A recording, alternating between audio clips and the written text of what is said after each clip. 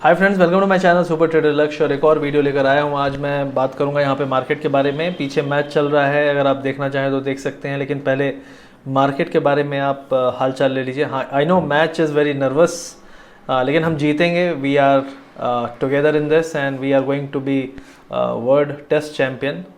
So let's see. अभी चल रहा है मैच तो उस पर फोकस करेंगे, लेकिन पहले बात कर लेते हैं मार्केट के बारे में। ग्लोबल मार्केट्स थोड़ी मिक्स्ड हैं, कहीं ना ऊपर ना नीचे जा रहे हैं। दूसरी चीज़ है कि डॉलर जो है थोड़ा सा कमज़ोर हुआ है, उससे हमारे रुपये को थोड़ा रिलीफ मिला है। कमोडिटी में आप देखेंगे तो जो ऑयल प्राइजेस हैं वो बहुत तेज़ी से ऊपर जा रहे हैं। मुझे ऐसा लगता है जो पूरा मार्केट है वो अब ऑयल प्राइस को एक बहुत सीरियसली लेगा, और उसके कारण मार्केट हमारा जो भी डायरेक्शन पकड़नी है पकड़ेगा। तो पेंट कंपनीज फोकस में रह सकती हैं। एशियन पेंट्स जो है, मुझे ऐसा लगता है कि अगर ऑयल प्राइस यहीं पर रहे तो अगले 10-15 दिन या एक महीने के अंदर ये यहाँ से कम 10 से 15% नीचे भी हो सकता है। तो थोड़ा सा कॉशियस रहिए। जो बहुत प्रॉफिट दिया है उसने तो डेफिनेटली आप बुक कर सकते हैं, नहीं करेंगे तो बाकी बैठे रहिए। मतलब वॉरेन बफेट तो बोलता है the best time to sell is never, right. तो कुछ वॉरेन बफेट की चीज़ें कई लोग रटते रहते हैं, लेकिन जो चीज़ काम नहीं भी करती है फिर भी, तो ये चीज़ काम नहीं करती। आई मीन, आप बोले कि नहीं the best time to sell is never, तो आप बैठे ही रह जाएंगे आप। और दुनिया बुक करके फिर एंट्री ले चुकी होगी, 10 बार ऊपर नीचे प्रॉफिट बना चुकी होगी। तो मेरे हिसाब से पेंट कंपनीज में अगर आप फंडामेंटल देखें तो प्रॉब्लम है, तो बुक करिए। मेटल में थोड़ा सा रिलीफ आया है, तो उसके कारण हो सकता है कि मेटल स्टॉक्स ज़्यादा ना गिरें। और अगर आप इंडेक्स में देखें तो आज मारुति ने बहुत अच्छा कंट्रीब्यूशन किया, टाइटन ने किया, बजाज फिनसर्व फाइनेंस में पता नहीं क्या है, कौन सी माता चढ़ी हुई है, ये उतरने का नाम नहीं ले रहे हैं, लेकिन इनका भी दिन आएगा, और जिस दिन आएगा तो फिर इनको कोई छोड़ेगा नहीं। तो ये मौके दे रहे हैं, ये सभी स्टॉक मौके दे रहे हैं। मलाई है, मतलब कहते हैं ना कि लस्सी के ऊपर जब मलाई पड़ जाए तो मज़ा आ जाता है। बस वो मलाई अभी खिला रहा है, ये सबको आदत डलवा रहा है, और फिर लस्सी भी नहीं मिलेगी। तो सीधी सी बात है, समझने वाले समझ रहे होंगे। ओवरऑल रिलायंस में जो फॉल है उससे अगर आप बोलें तो मुझे ऐसा लगता है कि ये इसको बहुत ज़्यादा होप नहीं है। तो अगर कुछ पॉजिटिव सरप्राइज आता है तो एक अच्छा अपसाइड हम देखेंगे 3 से 4% का मिनिमम।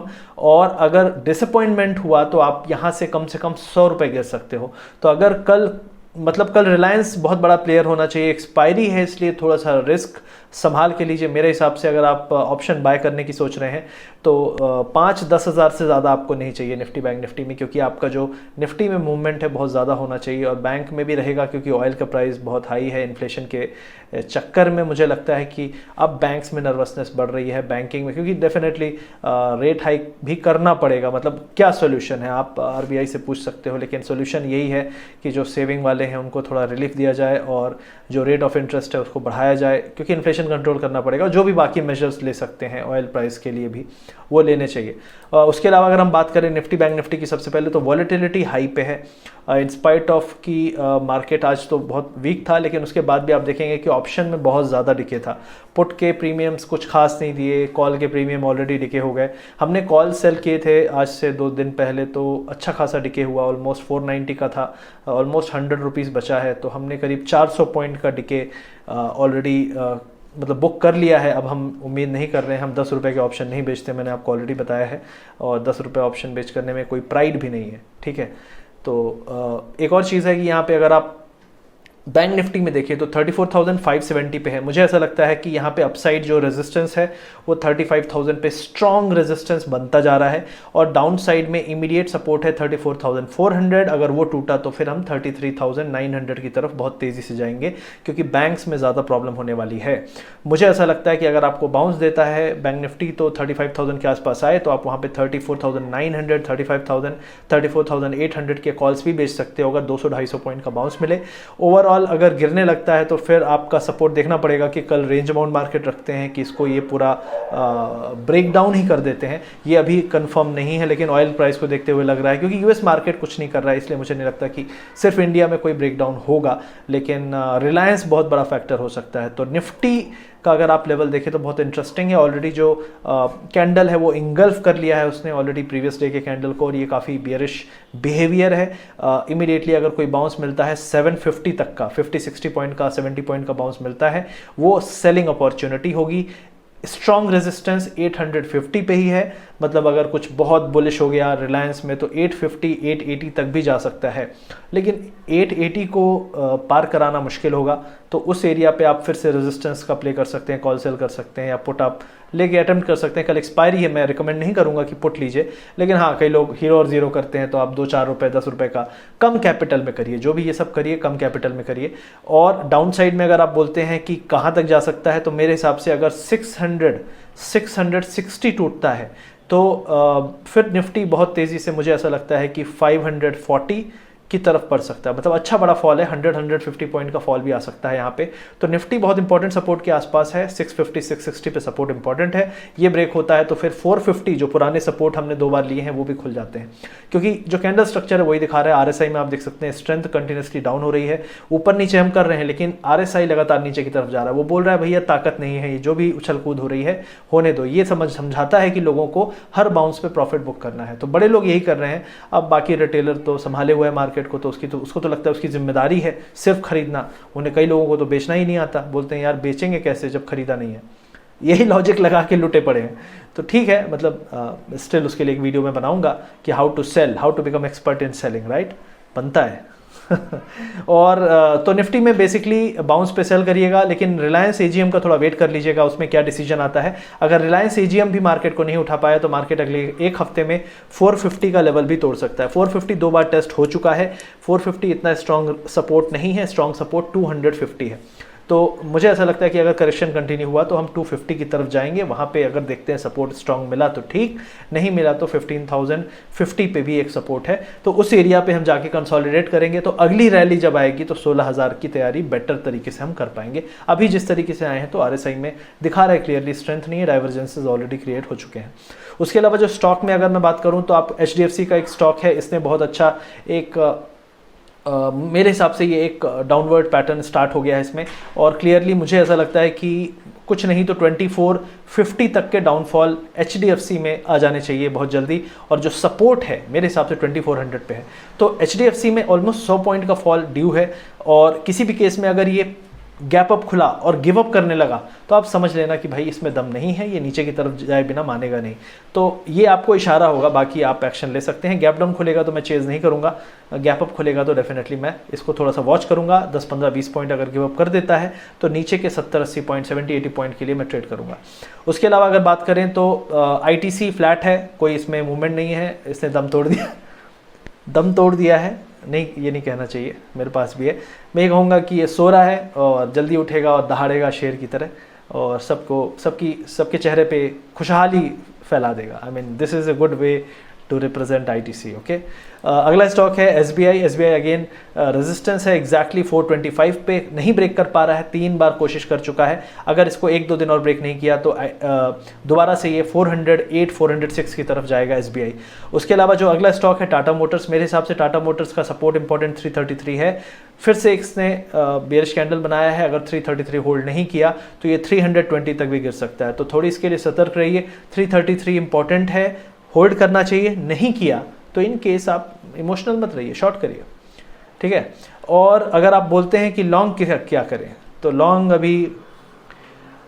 कुछ मत करिए, मेरे हिसाब से लॉन्ग कुछ मत करिए। अगर आपको बाउंस मिले तो सेल करिए, गैप डाउन मिले तो फिर हम लॉन्ग की बात करेंगे। उसके लिए मैंने आपको ऑलरेडी लेवल बता दिया है कि अगर गैप डाउन होता है निफ्टी में और हम खुलते हैं सीधे 450 पे बिकॉज ऑफ एनी रीज़न, वो एरिया बाइंग का है, उससे पहले बाइंग नहीं है।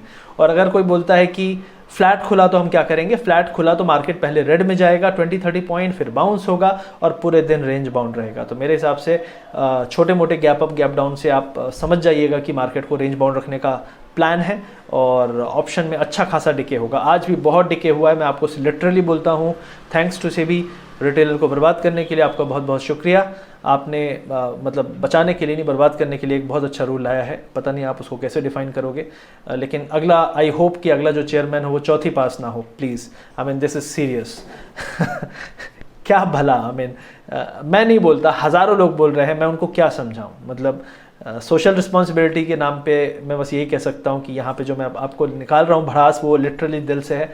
और आप में से बहुत सारे लोग कमेंट करके बता सकते हैं ताकि बाकी लोगों को पता चले कि सिर्फ मैं नहीं ये सोच रहा हूँ जो मैं सोच रहा हूँ, बहुत सारे लोग के मन में ये भरा हुआ है कि लिटरली मतलब कैसे ऐसे रूल बनाए जा सकते हैं इस देश में।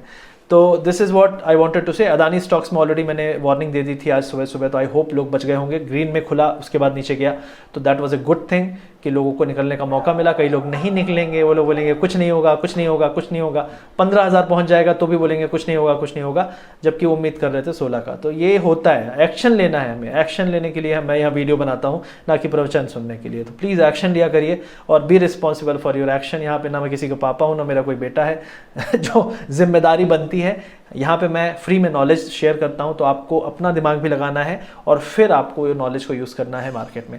उसके अलावा विक्स हाई है, ये एक रीज़न है, इसलिए मुझे लगता है कि क्योंकि यूएस विक्स ऑलरेडी बहुत हाई पे है, तो मुझे ऐसा लगता है कि हमारा विक्स भी बॉटम बना चुका है और यहाँ से विक्स ऊपर ही जाना है। और विक्स ऊपर जाने का सीधा सा रीज़न है कि सेलिंग पोजीशन बढ़ती हुई आपको दिखेगी यहाँ पे स्टॉक्स में काफ़ी सारे। आईटी सेक्टर ऑलरेडी रिवर्सल मार चुका है, मुझे यहाँ से लगता है कि आईटी सेक्टर में एटलीस्ट अभी 500 पॉइंट का फॉल और बाकी है, मतलब करीब करीब 2%, 1.5 to 2% और फॉल आ सकता है आईटी स्टॉक्स में।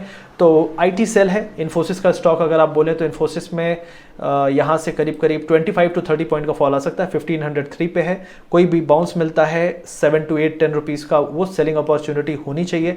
वॉच करिएगा, थोड़ी ऑब्जर्व करिएगा, अपना दिमाग भी लगाइएगा। और मुझे ऐसा लगता है कि 1475 तक ये गिर सकता है, वहाँ पे इसको पहला सपोर्ट मिलना चाहिए। तो ये इन्फोसिस का हो गया। उसके अलावा एशियन पेंट्स में मेरे हिसाब से 200-300 पॉइंट का फॉल है। ऑयल प्राइसेस जिस तरीके से बढ़ रहे हैं, ये यहाँ से अगर 10%, 15% गिर गया तो कोई बड़ी बात नहीं है, क्योंकि इसको सीधा सीधा पेन है, बस ट्रेडर ने इसको होल्ड करके रखा है, ऑपरेटर्स ने, तो वो ज़्यादा दिन नहीं कर पाएंगे। आप लोग रिटेलर हो, आप उनको थोड़ा सा सबक सिखा सकते हो कि भाई अब तुम्हारा टाइम हो गया है, अपना टाइम आ गया है, तो आप एशियन पेंट्स को थोड़ी नज़र दौड़ाइए। उसके अलावा आईसीआईसीआई बैंक है, जो मेरे हिसाब से कोई भी इसने पॉजिटिव साइन नहीं दिया, ये पूरी बाउंस आ रहे थे, उसके बाद हर हाई पॉइंट पे इसने गिव अप किया है। जो अभी का कैंडल है वो काफ़ी बेरिश है, इंगल्फ कर लिया है इसने सॉलिड पार्ट को प्रीवियस डे के, और मुझे ऐसा लगता है कि आईसीआईसीआई बैंक 615, 610 की तरफ जाएगा। बैंक में कोई भी वीकनेस आएगी तो आईसीआईसीआई बैंक उसका नेता बन के आगे आगे दौड़ेगा, ये मुझे ऐसा लगता है। तो ये सभी स्टॉक्स थे। ऑटो सेक्टर में थोड़ा बाउंस है, बट इससे बहुत ज़्यादा जोश में मत आइए, अभी भी ऑटो सेक्टर को यहाँ से काफ़ी ऊपर जाना है, तभी उसको हम कह सकेंगे कि हाँ यार बहुत बुलिश है। अभी ये सिर्फ एक गिरने के बाद एक रिलीफ है। मारुति भाग रहा है, टाटा मोटर नहीं भाग रहा है, मतलब ऐसा क्या पॉजिटिविटी है कि मारुति बिकने लगा और टाटा मोटर नहीं बिका, जबकि उल्टा है। अगर आप रियल डिमांड देखें ग्राउंड लेवल पे तो टाटा मोटर की डिमांड ज़्यादा है। तो सिर्फ एक्सपायरी से पहले एक आर्टिकल छाप के कि अरे मारुति की बड़ी सेल बढ़ने वाली है, और ऑप्शन में बहुत बड़ा खेल खेल लिया गया, 10 रुपये का ऑप्शन 250 रुपये चला गया।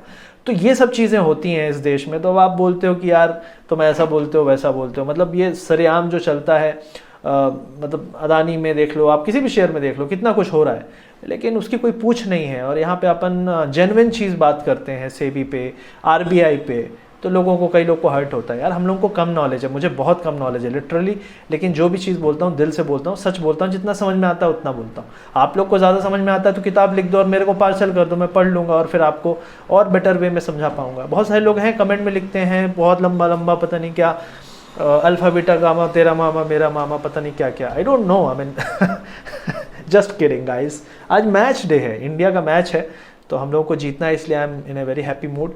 और आई स्ट्रांगली फील कि अब बुमराह, ईशांत शर्मा और जडेजा कुछ कमाल कर दें तो मैच जीत जाएंगे। So see you guys tomorrow, and I hope आपका दिन कल का अच्छा रहे। ऑप्शन बाइंग पे बहुत ज़्यादा एग्रेसिव मत रहिएगा, अपने कैपिटल का 10% से ज़्यादा यूज़ मत करिएगा। अगर ऑप्शन सेलिंग कर रहे हैं तो बहुत अच्छा है, ट्रायंगल बना लीजिएगा। मुझे नहीं लगता बहुत ज़्यादा मूवमेंट होने वाला है। ओवरऑल ऊपर नीचे करके सबको ज़ीरो ही करने वाले हैं। 200-300 पॉइंट का फ्लक्चुएशन होगा करीब बैंक निफ्टी में, और 100 पॉइंट का अप्रॉक्सीमेटली निफ्टी में। तो ये कल का प्लान लग रहा है। अगर कोई और ग्लोबल इवेंट ट्रिगर हो जाए तो ये रेंज बढ़ सकती है, तो फिर आप थोड़ा एडजस्ट करिएगा, 100-200 पॉइंट बैंक निफ्टी में बढ़ा के और 100 पॉइंट सीधे सीधे निफ्टी में बढ़ा के, क्योंकि रिलायंस का EGM है। So that's all guys. Like share subscribe जरूर करिएगा अगर आपको वीडियो अच्छे लगते हैं। आज मैंने बहुत I am totally exhausted, I was busy with some project, उसके बाद मैं यहाँ पे स्टिल वीडियो बनाने आया हूँ, मतलब out of nowhere, I mean नहीं मन था बिल्कुल लिटरली, फिर भी आई नो बहुत सारे मैसेजेस आए कि सर अभी आया नहीं वीडियो, इसलिए मैंने कहा बनाना चाहिए, जिम्मेदारी है ये, और आपकी भी जिम्मेदारी है कि लाइक शेयर सब्सक्राइब करिए। मिलते हैं अगले वीडियो में, थैंक यू वेरी मच।